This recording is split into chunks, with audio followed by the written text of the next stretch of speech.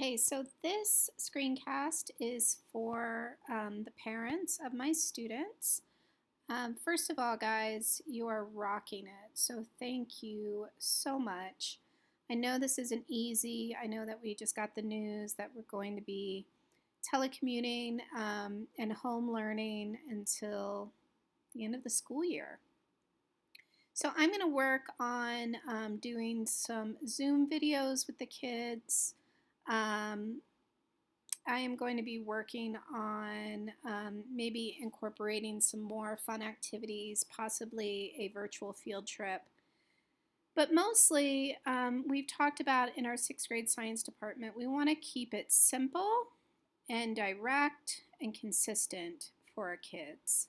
And so also for our parents, because I know that this is a lot of work when you're working from home or leaving the house and going to work and teaching your kids at home as well. So thank you so much for all that you're doing. I just wanted to make this so I can kind of navigate through. Some parents have contacted me. If you need to get a hold of me, my email is mmullins, MULLINS, at pcschools.us. So mmullins at pcschools.us. And that's really the best way to contact me. But I was hoping to kind of help alleviate any stress related to this home learning, to just kind of show you where the best place to go to get information about what your child has done or hasn't done, and just kind of help you with that.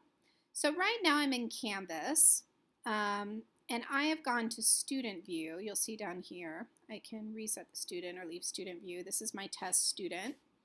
And I've gone into the science Canvas page since I am teaching your kids science. So I've tried to keep it pretty consistent where I have this little tile here that's showing us what week we're in, what dates. I decided to start adding some funny little memes there just to lighten the mood a bit. I've been trying to do these screencasts. My whole philosophy behind these is kind of disseminating the work in the home learning module for the kids, and then having them go back and be able to follow along and be able to stop when they need to and so on to check their work to get feedback. I'm not really familiar with the Zoom format, and I am working on that for students who need more face-to-face interaction with me. But in the meantime, this is something to just kind of help scaffold that learning for them. So if they're confused about what they're doing, or they need a little help along the way, that this can do that for them, as well as check their work in the end.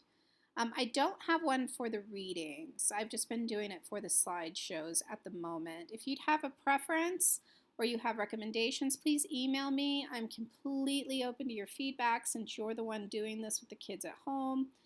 Same thing, the kids can email me. I haven't got a whole lot of emails from the kids. They seem to be doing pretty well overall. This week is a catch-up and review week. I thought it was a good stopping point. We are going to have the kids take an assessment next week, so that is just going to kind of help them see where they are in their learning for ecosystems, because that's our very last strand for this last 9 weeks, is that ecosystem strand. So that's what we've been focusing on. So here on this page, you'll have the tile telling you what week it is, the dates. You'll have these screencasts for the students to go back and check their work.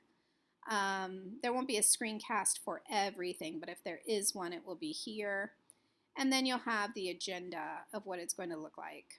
So up until now, it's been pretty simple. There's just been 3 things we've done every week.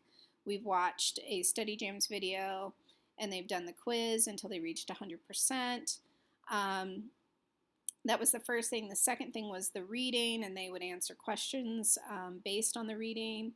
And then the last thing was a basically a slideshow that had videos and instruction embedded into that with questions. So this week for the review, basically, they're just going to go on and play Jeopardy. They can do, because I know we play Jeopardy a lot in class, so the kids are really aware of how to do this, but they might not want to do that by themselves at home. So you could always do it as a family. But if they don't want to do that, they can go in and do the flashcards, the multiple choice, the interactive choice, and the memory. So those are all available for them as well. And then within this Nearpod, which is kind of like a slideshow platform, I put in a match game, just a basic quiz, and a time to climb game, all based on questions from this whole ecosystem strand that they've been working on for the last 3 weeks. So they do need the code to join that, and that's how they do that, is with that code right there. And again, just a reminder that they're going to be assessed next week.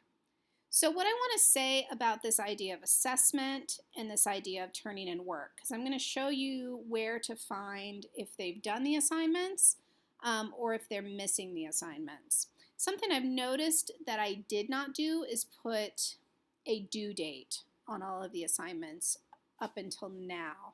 I do put it down here. Usually it will say these are due by Friday. Everything is due on Friday, which is going to be this end date here anyway. For the review this week, they don't have to turn anything in. But if they do have to turn anything in, it would be on this home learning module link. So that's where they would go and find the work, and the assignment would be there, and they would upload in Canvas to that assignment section. If you need, so this is going to direct you out to YouTube, this link. On there is also a video on turning things into PDFs and uploading them that way. If for some reason the students don't know how to do it through Canvas with the Google Drive option. Most of my students should, because that's how we've been doing it all year, but there are a handful that came in late that don't know how to do that. So that's just a sidebar there. So what I want to say to you about turning in assignments. So it is not my intention for home learning to become compliance only. So turning in, not turning in, that's not my major focus. If assignments are late, that is not my concern. What I'm concerned about is if we're in the 4th week and I have a student who hasn't turned anything in. So that's where I'll be getting in touch with you and just asking how I can further support you. So on my end, I just want you to know there are no assumptions being made about why assignments are late or if some assignments aren't getting turned in. So no assumptions in any regard that way, because we're all doing the best we can. So I want you to know that I am just here to support your child and to support you, and not to hold the students just to a standard of compliance. And I'm really trying to provide things for students that are going to be easy to navigate and that are also going to be engaging. Now, I'm building capacity with this, so I know I could do better on engaging assignments, of course. So I will continue to work on that and continue to find things for them that are a little more interactive, especially with it being science. Okay, so how do you know where to go? So you're going to click on grades. This is as a parent, even students. This is a good way for students to do this. And this is my favorite window to be able to see what's been done and what hasn't. This is my test student. My test student hasn't done anything. So if you see an X, that means that it was scored. And you'll see this 10 points here. That's just because we have to put in a points value, but what you're really looking at is the X. So is it a check, is it an X, or is it blank? So if it is an X, that means it has been graded and it was missing. So that will need to be turned in. If it's blank, that means it is missing, but it has not been graded yet. If it's a check, that means it was turned in, it's been graded, your child is good to go. So this is the best place to look. And you can see we have the readings from the first 3 weeks. We have the videos from the first 3 weeks.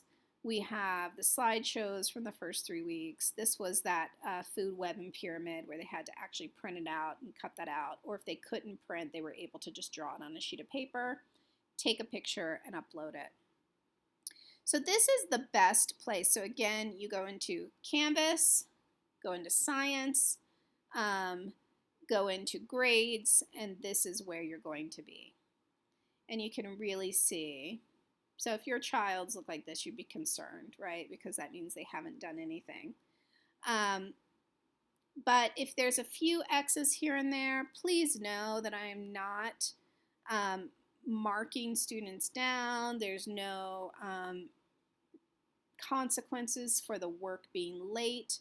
It's just that I will probably message them and let them know and encourage them to get that in. And if there's a lot of this missing, I'm just going to contact you because we don't want there to be too much of a gap with this ecosystems information and knowledge by the time they go to 7th grade. So that is much more my concern than compliance and just getting assignments in for the sake of getting assignments in. You know, if there's something that you think is more beneficial for your child as far as ecosystems work, something that you feel like, oh, I found this on the internet or a friend told me about this and I think that this is much more engaging than maybe a food chains video, please let me know. Because you're now at home and acting as the educator for them at home. So I want us to be able to work together in that regard. If you think there's something else that's better for your child, your student, then I am definitely open to that. So that's all. I just wanted to basically share my philosophy on this next few weeks, what I'm looking for, and I'm open to taking suggestions. And you all are doing a phenomenal job and keep doing the great work. Okay? Thank you so much. I appreciate your time.